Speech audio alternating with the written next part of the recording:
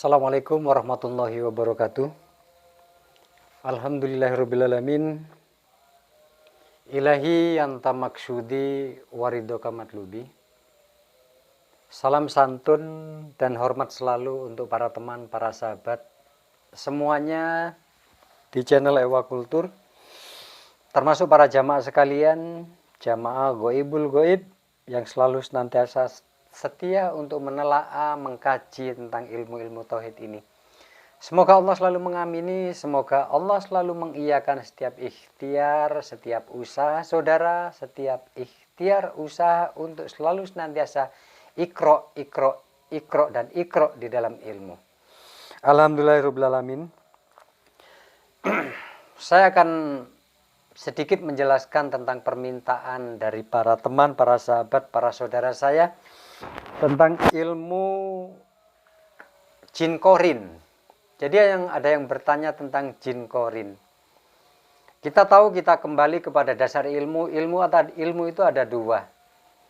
Yang pertama ada ilmu muamalah, yang kedua ada ilmu mukasyafah. Memahami tentang jin korin, yakni jin yang baik, yang selalu menemani kita, selalu menjadi backing kita, selalu bilangnya selalu seperti yang kita dengar, yang kita baca. Seperti itu yang diyakini oleh para orang-orang yang yakin. Penyampaian yang kita dengar, penyampaian yang mungkin kita lihat tanpa tahu kebenaran, tanpa tahu tentang wujud buktinya, kita akan menjadi orang-orang taklid yang selalu mengiyakan, selalu meyakini. Sementara waktu kita tidak pernah tahu tentang buktinya. Makanya di situ ada retorika ilmu, ada namanya sinonim, ada namanya antonim, ada namanya sama dengan. Orang-orang yang mempelajari tentang ilmu tauhid, ilmu kemarifatan, bilangnya orang-orang itu mempelajari ilmu batin, mempelajari ilmu tua, itu harus memiliki sifatnya seperti orang yang sudah tua, ilmunya di atas 40 tahun. Apa sih maksudnya? Yang maksudnya itu orang-orang yang mempelajari tentang ilmu tauhid, ilmu kemarifatan, itu adalah orang-orang yang memiliki ilmu di atas 40 tahun. Artinya bagaimana? Ini adalah sebuah simbol, sebuah simbolik, sebuah filosofi yang perlu diartikan secara luas. Apa sih 40 tahun? 40 tahun artinya orang-orang yang di dalam dirinya sudah memiliki apa? Memiliki perpaduan ilmu antara syariatnya, torekotnya, hakikatnya, marifatnya sudah ada di dalam dirinya. Secara kesimpulan mudah, orang-orang sudah memasuki balik. Orang-orang yang balik itu bisa memahami tentang ilmu tua, ilmu batin, atau ilmu tentang ketuhanan. Kembali tentang jin korin. Tidak ada bedanya yang kita dengar sampai detik sekarang ini di tempat-tempat keramat yang didatangi orang-orang untuk melakukan apa ya namanya? Ziarah. Orang-orang ziarah ke tempat para waliullah, ke tempat keramat, ke tempat-tempat orang yang notabene dulunya adalah orang-orang bersih, orang-orang suci, para wali. Nah, pertanyaannya, hukum logika kita gunakan dulu. Kita apabila bertamu pada seseorang, rumah seseorang, kita harus tahu tentang rumahnya itu sendiri. Alamat rumah yang kita datangi, kira-kira di rumah itu siapa yang didatangi, sudah kenalkah sama orangnya? Kalau kita bertamu sama orang, hanya taklid orangnya seperti ini, ya kalau kita nggak ditipu di dalam rumah atau kita waktu bertamu. Sama seperti halnya tempat keramat. Khusus bagi para temanku, bagi para saudaraku, jamaah semuanya. Biar mata hati kita terbuka, biar kita tidak menjadi orang yang taklid, ikut-ikut. Biar kita tidak menjadi orang yang iya saja tanpa tahu kebenaran yang harusnya kita lakukan. Seperti contoh sebelum saya membahas tentang jin korin. Yang selama ini orang itu mati-matian untuk mendapatkan jin korin. Supaya kita ditemani oleh jin. Kenapa kita itu nggak mau menjadi Allah sebagai backing kita? Kenapa jin korin? Tanggung. sebagai backlist, sebagai teman itu Allah sebagai temannya. Nggak usah para malaikat. Seperti Nabiullah Ibrahim. Malaikat, aku mau menolongmu. Bagaimana aku mau menolong waktu Nabi Ibrahim mau dibakar? Oh enggak Ibrahim, mohon maaf.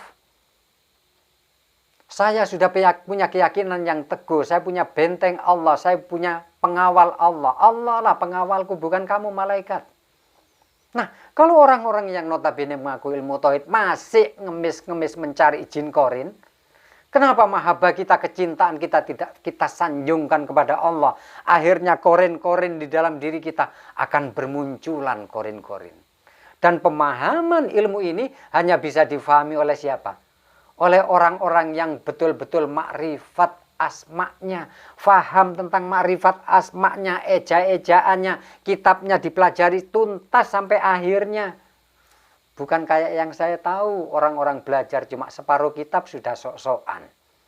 Kitab baru dapat setengah sudah sok-sokan. Kitab aja belum hatam sudah sok-sokan. Mengaku faham sholat daim, mengaku ini itu, mengaku ini, mengalahkan orang lain, mengganjal, menjegal orang lain dengan omongan-omongan hakikat. Orang jin korin aja nggak pernah tahu. Orang yang kita mendatangi makam pada waktu kita ke makam tidak tahu. Jadi mohon maaf bagi para teman, para sahabat. Saya sekarang ini ada di makam Mbah Bolong. Jadi di makam Ya Waliullah Abu Lawas. Ini tempatnya. Dan saya membicarakan tentang ilmu ini di makam keramat. Saya nggak pernah main-main untuk membahas ilmu sayangku. Saya membahas ilmu ini betul-betul hak karena Allah dan karena saya cinta kepada Allah untuk membuka, menunjukkan kebenaran secara mutlak. Seperti kita di tempat keramat yang didatangi, tempat-tempat para waliullah. Untuk kita itu ziarah, untuk kita itu datang ke tempat makam, minta doa restu, minta ini itu betul sekali. Betul. Boleh kita seperti itu. Kita mendoakan betul, tapi embel-embelnya yang nggak bagus. Minta-minta, ngemis-ngemis. Nggak tahu siapa sih pasukan yang ada di tempat keramat seperti ini? Kira-kira kita sudah tahukah pasukan yang ada di dalam tempat keramat yang kita datangi? Yang notabene wali, yang notabene kampret sebutannya.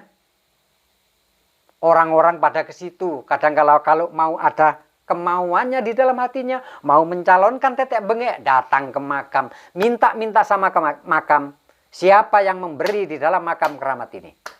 Kira-kira kita sudah tahukah ada pasukan apa aja di dalam makam ini? Ada jin-jin apa di makam ini? Sudahkah kita tahu? Makanya Islam mengajarkan jangan kita hanya menjadi orang-orang taklid, dan taklid. Ikut. Bagi yang komentar negatif tentang keikhlasan saya, ketulusan saya berbagi tentang ilmu ini tanpa tendensi saya mengharap keuntungan dari YouTube. Apabila masih ada komen negatif tentang diri saya, keikhlasan saya dikomentari negatif, makam ini akan menjadi saksinya. Tempat keramat dan seluruh pasukan, seluruh penghuni di dalam makam ini yang akan mengincar saudara apabila berkomentar negatif tentang keikhlasan saya, tentang ilahi anta maksudi warido kamatlubi yang saya miliki. Seperti mohon maaf, saya putus sebentar. Saya menyampaikan ini tidak ada tendensi apapun. Saya tidak pernah mengenal saudaraku, tidak pernah tahu saudaraku. Saya tidak pernah ada hubungan apapun dengan saudaraku kecuali hubungan tauhid yang tidak pernah bertatap muka. Saya tidak mencari keuntungan, saya tidak pernah dikenal oleh siapapun di sini. Siapapun, saya tidak kepingin tahu siapa diri saya. Saya tidak pernah kepingin kenal dengan siapapun. Makanya kalau saudara berkomentar negatif tentang Ewa Kultur, sangat ironi. Makanya saya bilangnya orang Jawa, hati-hati kena tulak dari saya. Hati-hati, jangan gampang komentar. Nanti kalau hidup saudara selama 3 bulan hancur, itu saudara baru ngerasa. Hati-hati dengan orang ikhlas. Hati-hati dengan orang santun. Hati-hati dengan orang sangat lembut. Hati-hati sayang. Saya paling takut dengan orang santun, orang lembut, orang yang memiliki akhlak. Saya paling takut. Saya nggak pernah takut dengan orang beringas. Tapi yang saya takuti adalah orang-orang yang lembut, orang-orang yang berakhlak, orang-orang yang selalu menghargai, peduli pada kebaikan. Kembali tentang jin korin. Sebelum saya jelaskan tentang jin korin, kita kalau mau mau ziarah kubur, mau ziarah ke tempat-tempat keramat, silakan. Tetapi luruskan kita tuh mintanya kepada Allah. Setelah kita itu pakai ilmu wasilah, kita berbagi tentang tawasul, mendoakan kepada arwah yang dulunya sudah meninggal dan meninggalkan nama bagus sampai dengan sebutan para waliullah. Alangkah indah kalau kita jalurnya kita luruskan dengan alifnya langsung minta kepada Allah. Kita minta macam-macam di tempat keramat ini, hati-hati sayangku. Di sini banyak kehidupan, di sini ada miliaran kehidupan, ada jutaan kehidupan. Dan di sini setiap yang mengabulkan keinginan permintaan siapapun yang bertamu datang ke tempat ini, itu ada nanti yang melayani sendiri. Kalau saudara mau minta kekayaan pesugihan di sini, pasukan pesugihan akan datang, akan mengiyakan permintaan saudara dengan menukar jiwa saudara. Kalau saudara mau menggendam, mau ilmu pengasihan, mau ilmu kesaktian, para saudaraku di sini akan maju dia. Dia itu apa? Dia itu sesuai dengan aturannya. Siapapun yang minta, apapun yang dia mau, dia akan datang. Jadi tidak main serobot di sini. Intinya, di tempat keramat itu banyak pasukan sayang.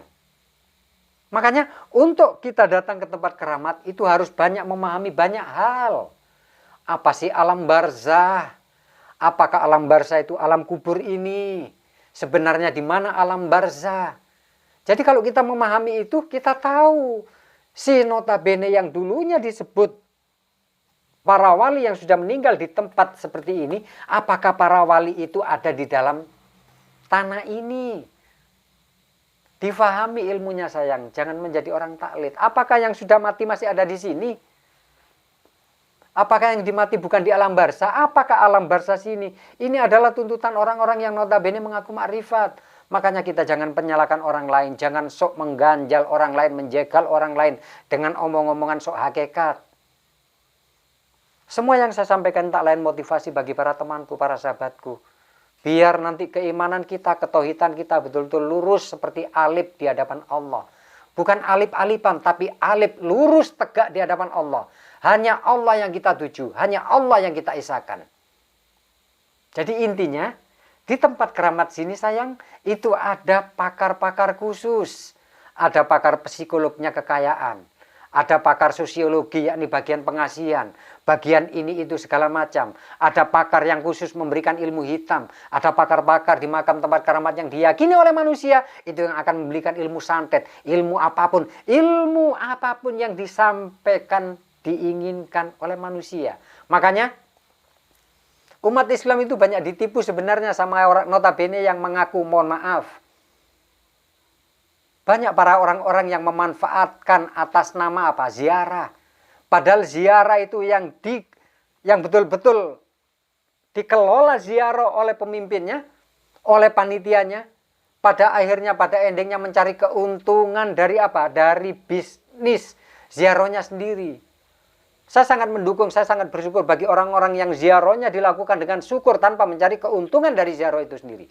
Uang yang digunakan untuk membeli tiket itu tidak digunakan untuk mengisi perutnya sehingga untuk membeli apa-apa dari tendensi topeng-topeng atas nama ziarah.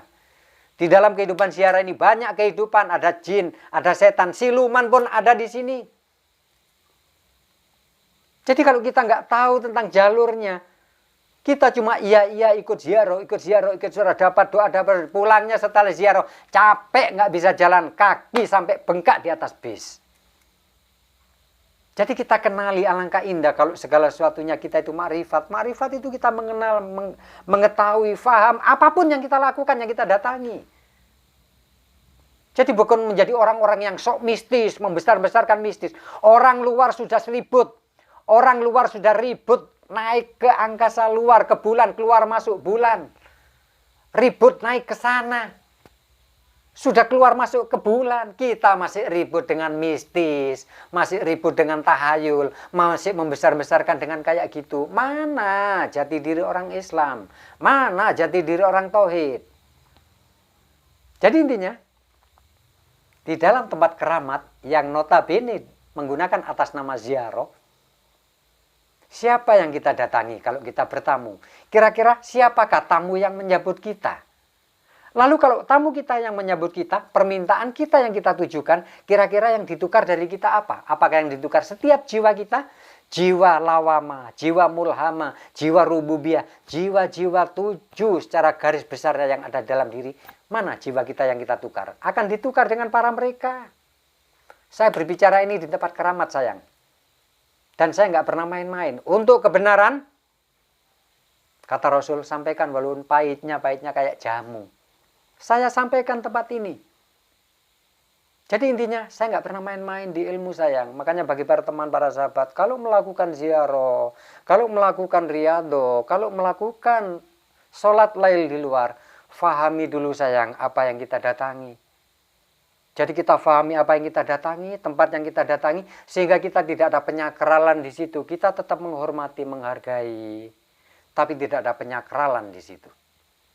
Itulah harusnya orang tauhid. Itu harusnya umat Islam. Umat Islam bukan menjadi orang-orang yang taklid. Berikutnya, tentang jin korin. Orang tauhid kok masih mempertanyakan tentang jin korin itu loh. Jadi, memang benar. Harusnya orang-orang yang mempelajari tentang ilmu tauhid, harusnya orang-orang yang mempelajari ilmu hakikat, harusnya orang-orang yang mempelajari tentang ilmu-ilmu kemarifatan, harusnya itu banyak faham tentang Al-Quran, banyak faham tentang ya pengetahuan-pengetahuan tentang agamanya, membaca Al-Qurannya lancar. Lalu amalia membaca Al-Qur'annya, membaca Al-Qur'an lancar, bukan seperti ini.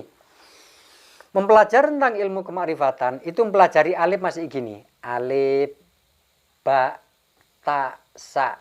Orang kita membaca Al-Qur'an aja, eja-ejaan, hijayanya alif, ba, ta, sa.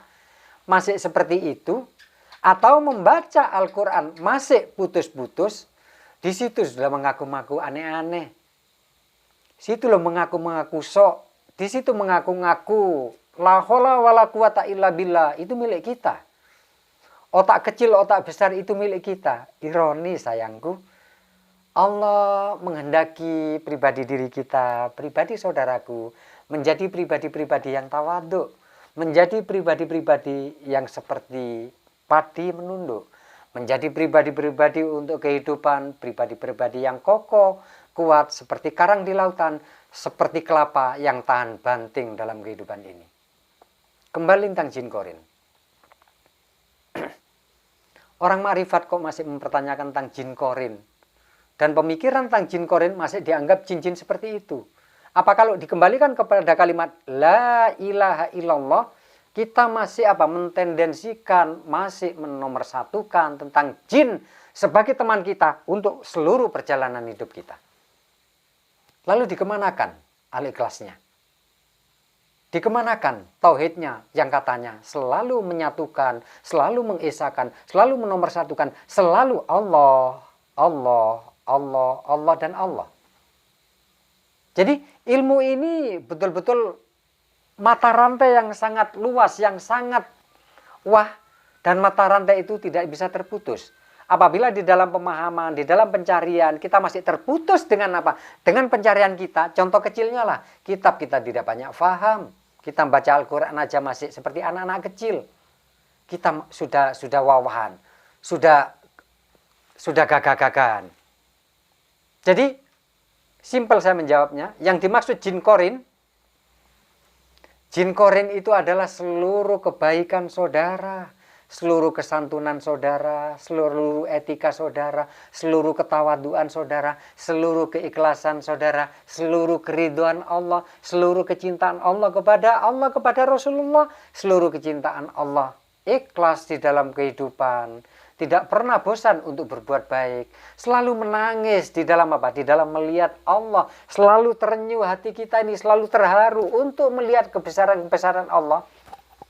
Itulah jin korin kita.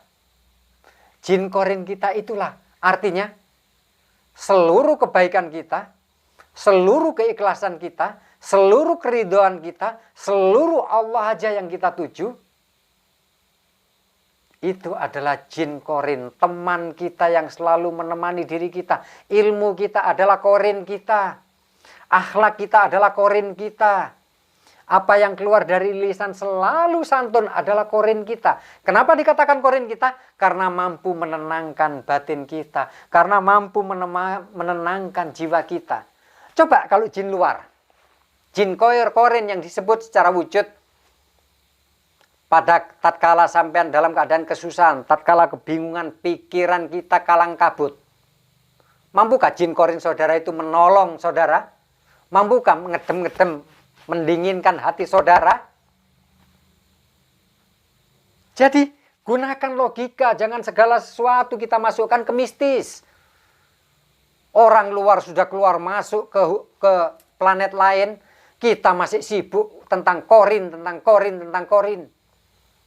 Sementara seluruhnya kebaikan-kebaikan itu adalah korin kita, kebaikan kita yang akan memberikan keselamatan pada kita, memberikan ketenangan kepada kita, memberikan kedamaian kepada kita, memberikan ketenangan dan kesejukan di dalam diri kita. Kalau jin luar, silakan gunakan rasio kita.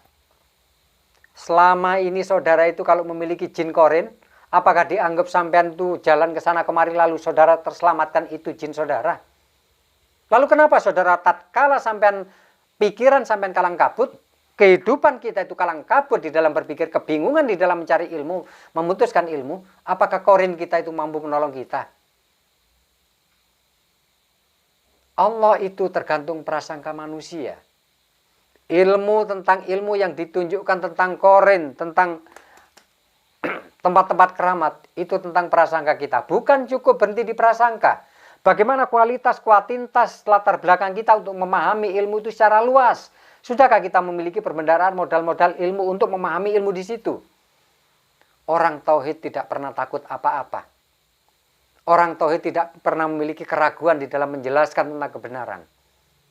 Makanya bagi para saudaraku, para teman, semoga setiap apapun yang kita lakukan, semoga betul-betul selalu bertauhid. Jangan sampai kita itu menjadi orang-orang yang notabene pada waktu Fir'aun, zaman Fir'aun, termasuk zaman siapa? Termasuk zaman nabi-nabi dahulu yang selalu menyembah berhala. Apa sih maksudnya menyembah berhala? Jelas di situ. Nampak secara harfiah dia menyembah patung. Lalu kalau kita sekarang itu siapa sebagai Lata, Uzza kita? Bisa jadi kita ke makam, di situ ada Lata, Uzza.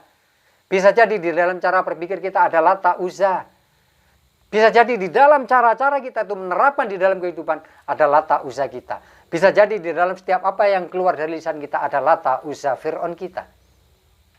Makanya Islam itu sangat indah sayang. Islam itu subhanallah. Islam itu wah. Dan itu dipersembahkan untuk para saudaraku sekalian. Ambil semuanya sayang. Siapa tahu saya hanya segelintir debu, sebiji atom di jagat raya ini yang menjadi wasilah untuk menjadikan makrifat para saudara. Semoga para saudara nantinya dituntun oleh Allah selalu senantiasa menemukan rahasia-rahasia yang terindah sehingga mengisi ruang-ruang kosong di dalam diri kita. Ruang-ruang terisi sehingga waktu kita untuk perjalanan hidup ini, waktu kita tidak pernah sia-sia. Kita tidak pernah menyia-nyiakan waktu untuk selalu senantiasa memuliakan Allah, mencintai Allah, bermahabbah, bermesraan kepada Allah.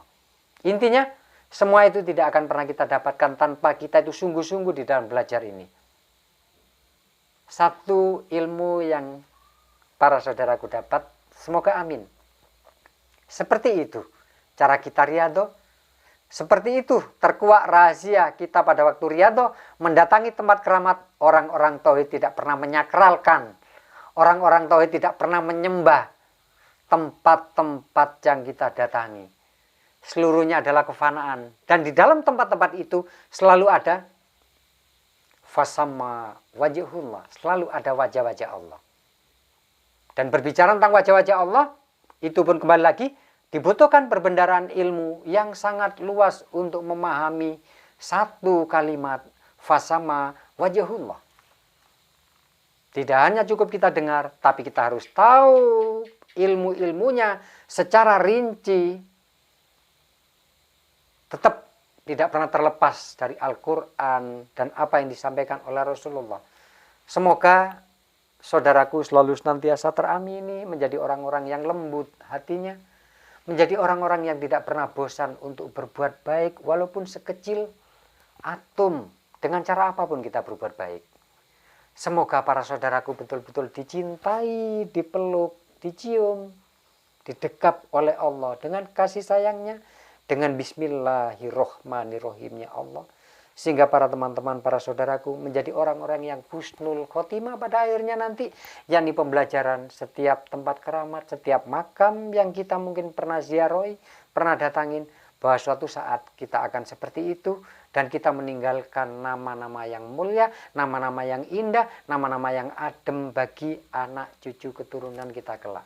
Dari saya Ewa Kultur, saya akhiri. Apabila ada khilaf dan salah, ada kata-kata saya yang seperti itu, karena pada dasarnya psikologi saya setiap kali menyampaikan ilmu yang saya pakai seperti malaikatul mungkar nangkir.